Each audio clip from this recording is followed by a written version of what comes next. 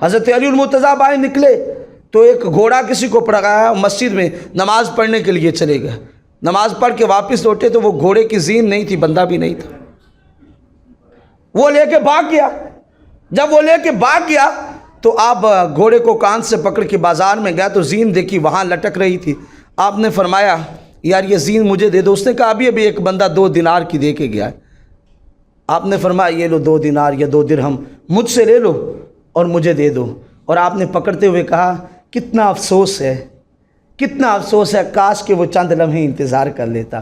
میں مسجد سے نکل رہا تھا تو ارادہ کر رہا تھا یار اتنی دیر میرا اس نے گھوڑا پکڑا ہے، میں نے اسے 2 درہم دینے ہیں، لیکن وہ صبر نہیں کر پایا۔ اگر چند لمحے صبر کر لیتا تو یہ 2 درہم بھی مل جاتے اور حلال طریقے سے مل جاتے۔ اس نے بے صبری کی، حرام طریقے سے ملنے اسے 2 درہم تھے ہی تھے، لیکن اس نے راستہ حرام کا اختیار کیا۔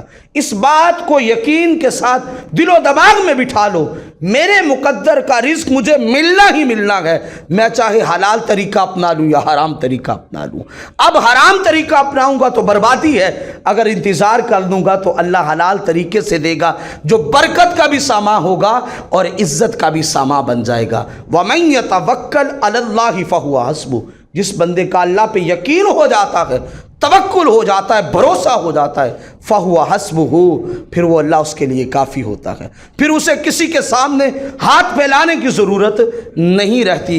آؤ اس عہد کے ساتھ اپنی زندگی کو آج کے دن سے پھر گزارنا شروع کرو کہ مولا ہم صرف تیری ذات پہ یقین رکھیں گے، تجھ سے مانگیں گے، دیکھنا اللہ غیب سے رزق بھی دے گا اور اللہ مدد بھی فرمائے گا اور اللہ کسی کا محتاج بھی نہیں کرے گا۔